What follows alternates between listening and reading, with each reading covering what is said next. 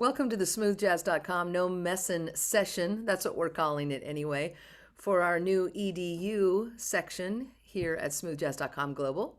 I'm Sandy Shore, and with me is the vice president and co-founder of smoothjazz.com, Donna K. Phillips, Hi, everyone. and our very own social media and radio promotion director, Dale Murphy. Hello, girls.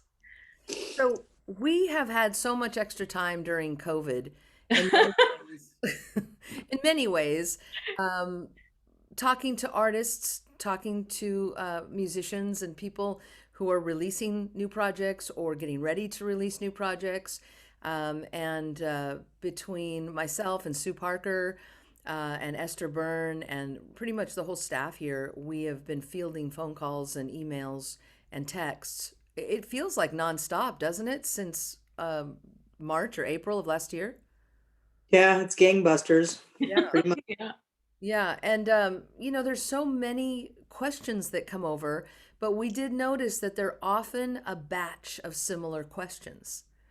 And because of, the way life was rolling before COVID, where we were traveling a lot to festivals and working, with artists and creating our global platform, it didn't seem like we had the time to really dig down or drill down the way we always wanted to on some of these topics. So really, it was Donna that got the idea to get in there and start really going through the databases, because that seems to be something that you don't mind doing, Donna, to get to the truth of the matter. I always said you should have been a journalist.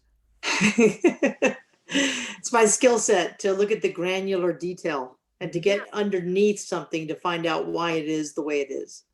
Yeah. Exactly. So we thought, we would use this session basically and have you join us and drop in on a conversation that, the three of us might have to discuss radio promotion, the landscape of radio as it is today, and music marketing in general, and just get to the facts about things, because some of the stuff that was really puzzling us and totally puzzling our clients and our artists was the thing about how many stations are there playing smooth jazz around the world, and what are they? Are they FM, AM, HD, satellite, internet, podcasts, cable? And the answer is yes to all the above. And Donna, what did you mainly find out when you, carved out time and dug deep into the database? Well, I found out that not every station is what we think it is. That's that's the way to encompass it the easiest. There are about 280 stations out there that play smooth jazz, and I would say that also play newer smooth jazz. So there's a lot of delineations, like are they stations who only play the classics? Are they stations that consider new music? And then as I dug deeper, I found that the FMs that we're all used to being on the top of the tier, so to speak, that's how we all learned about smooth jazz, was on FM stations in major markets. That those FMs aren't there anymore. They've become FM stations, usually at college radio. And the DJs are very passionate about the music, but they do a show. It's not, I think there might be one 24/7 jazz college radio station, maybe two that do traditional jazz and contemporary jazz, but there is no 24/7 smooth jazz FM station on college radio out there. It's just, there are shows. Could be one show for the week. It could be three shows, So I was surprised by that. And what we were basically looking for was where is the new music getting played? Where is it being accepted? And the answer to that is DB, which is digital broadcaster. Those are internet radio stations. And the way we used to think of it was FM was on top. That was where most of the pop and, smooth jazz stations were. And then internet radio was kind of filtering in, and then satellite radio came in, and then satellite became very well known. However, satellite doesn't have the most listeners of all stations because they're only national. Yeah. So while everybody covets the idea of being on, Sirius XM's watercolors, they don't reach the largest audience. So there's that factor as well. Like you could think an internet radio station wouldn't be as big as an FM or a Sirius Watercolors, but an internet radio station, you can actually see how many listeners they have, and they might have more listeners than an FM station. Hmm. So there's a lot to learn, and we broke it down. It took me months to literally go and listen to every single of these 280 viable smooth jazz stations to find out, were they DB, FM, AM, were they a show, were they 24/7, were they playing new music, were they only playing the classics? And that is in our EDU section.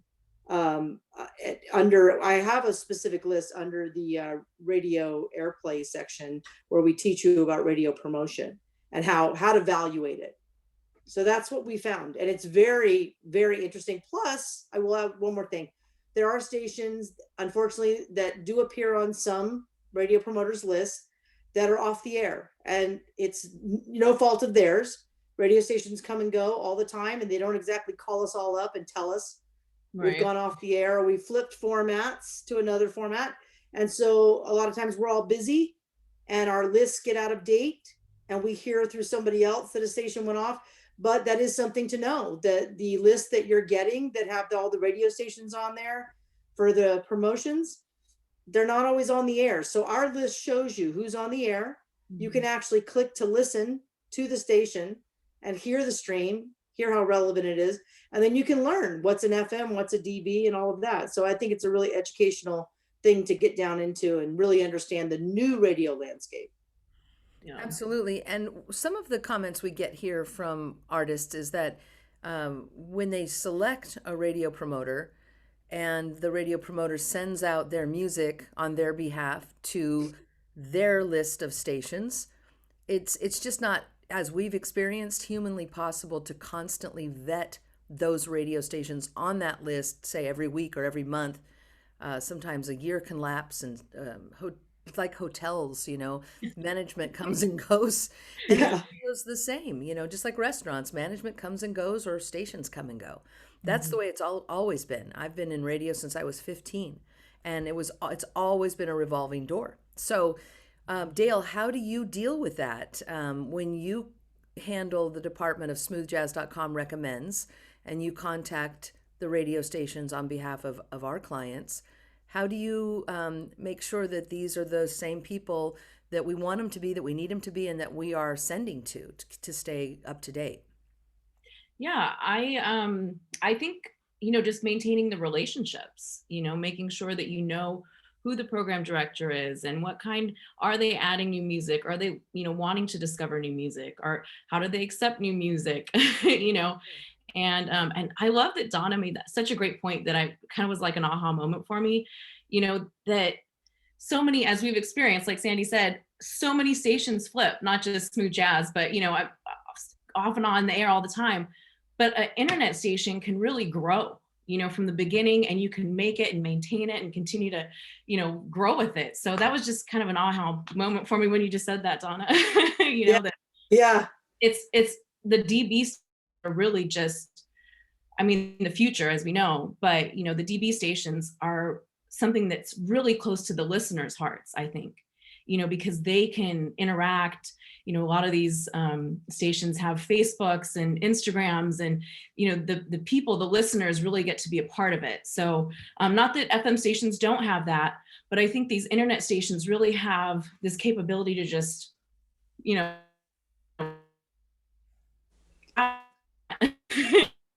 so anyways, that was really fun that you said that. We actually lost you a little bit there, that last part, Dale, because and since I'm doing the recording, repeat that last part for me, will you? Oh, I just thought it was fun that you said that was kind of like an aha thing for me, that like, oh wow, these internet stations really have such Yeah. power, Well, so yeah, for sure. And it's an exciting time when a broadcaster, I mean, I was excited, Donna was excited back in 1997 when we set course to see if we could get a radio station on the internet only without an FM signal.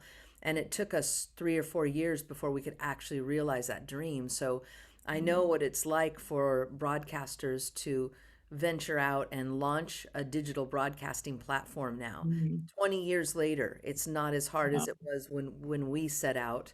and people laughed at us. And I believe one of the comments was, why don't you just broadcast from a toaster?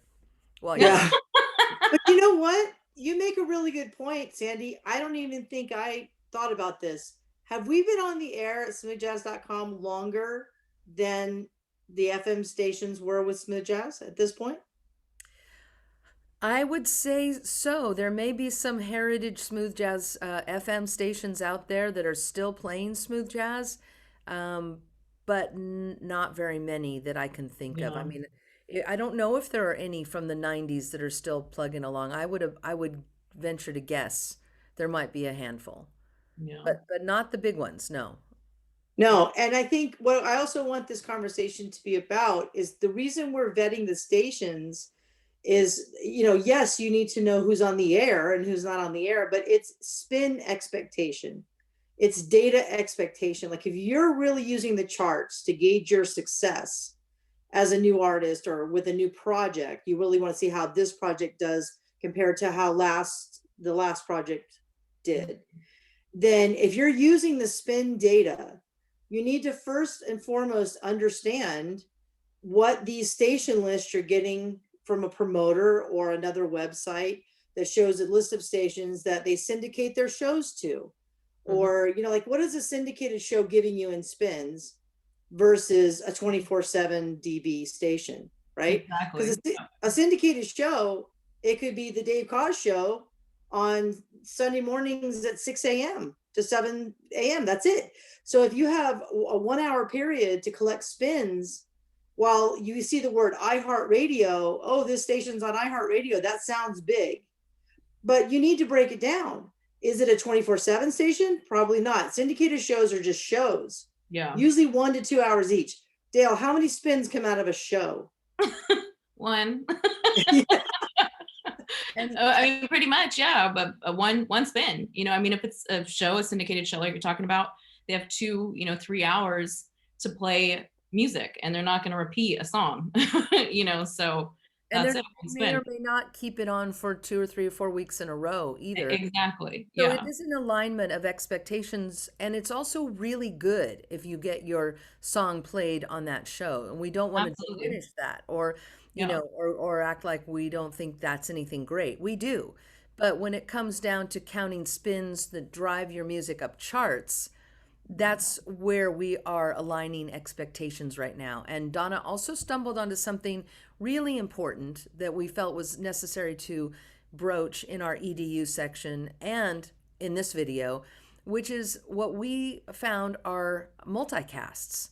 One radio station that broadcasts to 3, 4, 5, 6, maybe additional platforms. They might have a different name, they might have a different website, but they are the same radio station. Yeah. So, in saying that, it's something to be mindful of that while it looks like you got Airplay, on 150 stations, you probably got you have to divide it by the station that is multicasting. Yeah. It's like a repeater stream. And the reason we really want people to know this is because we ourselves were very confused by this. Yeah. And Mhm. since we've talked to thousands of artists over the last 20 years, we've heard every conception and perception of what's going on out there. And we were confused by it. So when I would see, a station that sounded like another station, but one word in the station name was different, or even the logo might be a little different, but I started seeing similarities in the websites. And I thought, wait a minute, is this all done by the same person?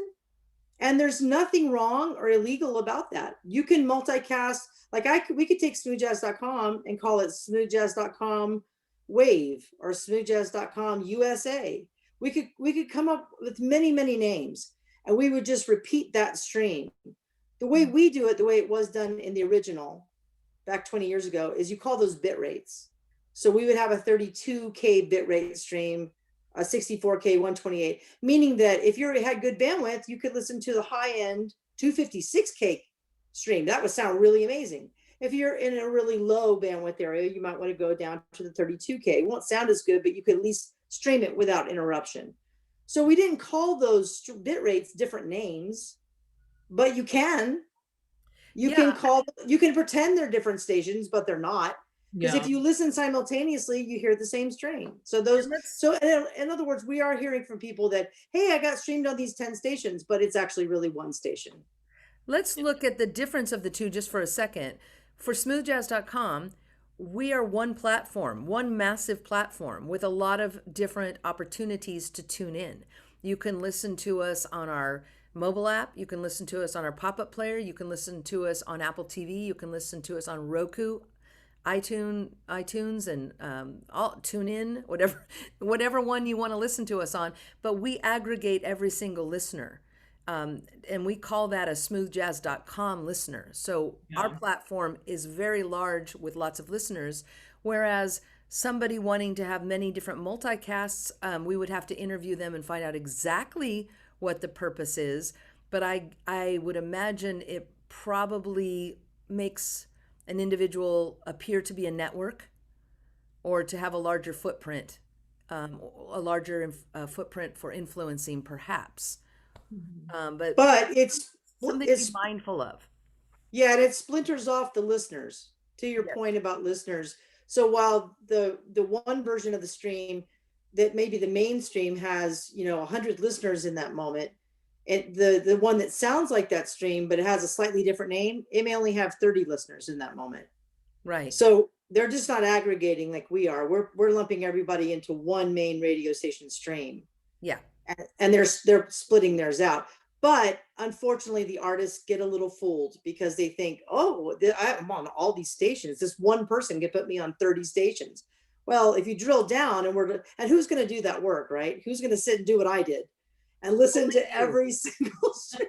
And it was like a game. It was like, oh, this one, I heard that one. That one matches this one. And sometimes the names can be really different.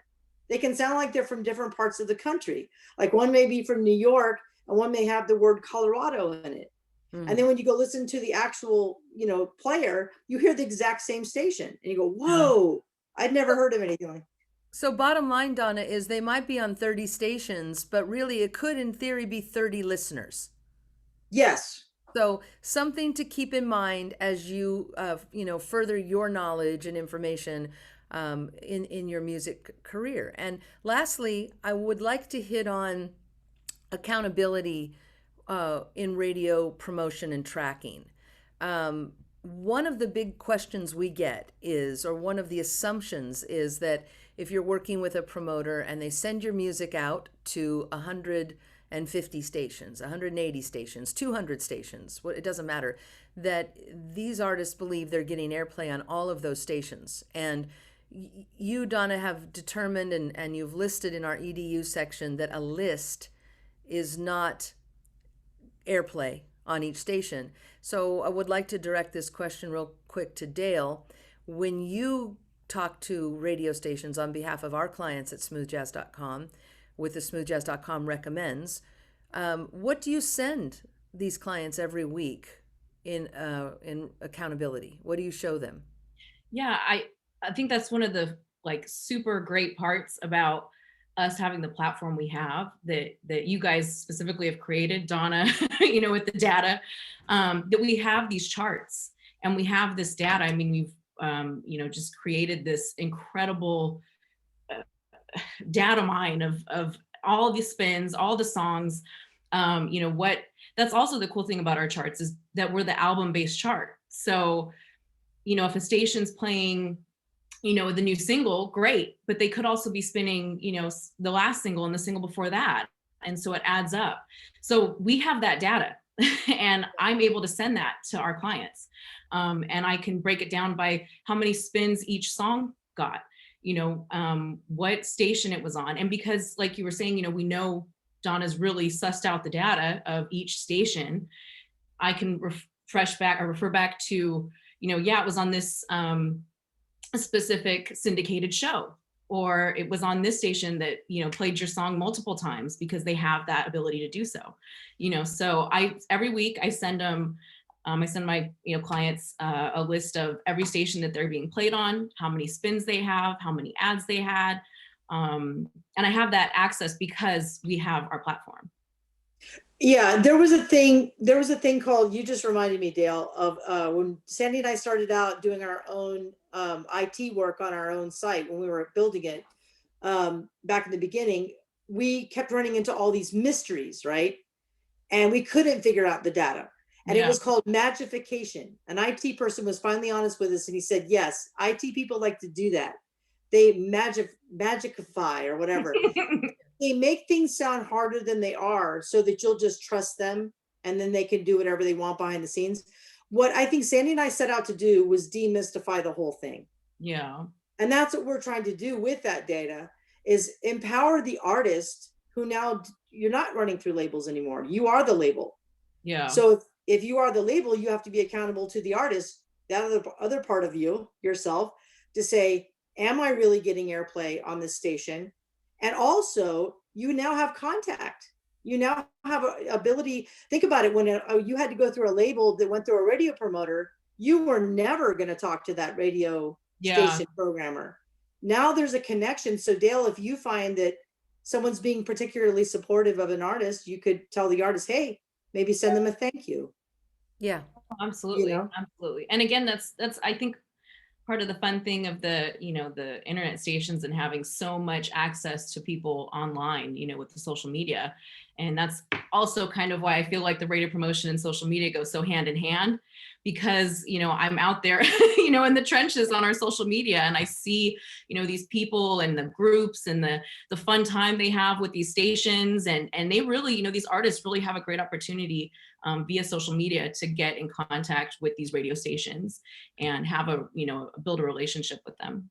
oh, absolutely. And there was a time not that long ago when independent artists did not enjoy the luxury of being able to hire or promote their own music. You couldn't even hire a radio promoter a couple of decades ago. It was really mainly for labels. So Yeah. these are new times, these are great times. It's just really important to see the full story, not just part of the story. And, as Donna said, as an independent artist, half of you is a musician and a talent, and the other half of you is a business person.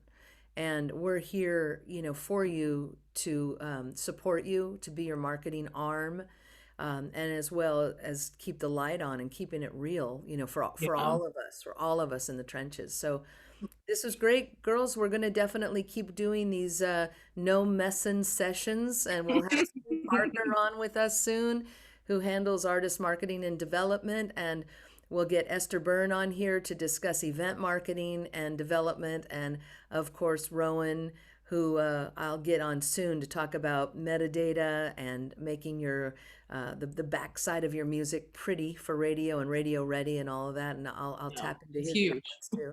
Yeah. Really Yeah. important stuff. So thanks so much for joining us here, and I appreciate Donna and Dale. I appreciate your time. Thanks so much. Thank you. Talk to you soon.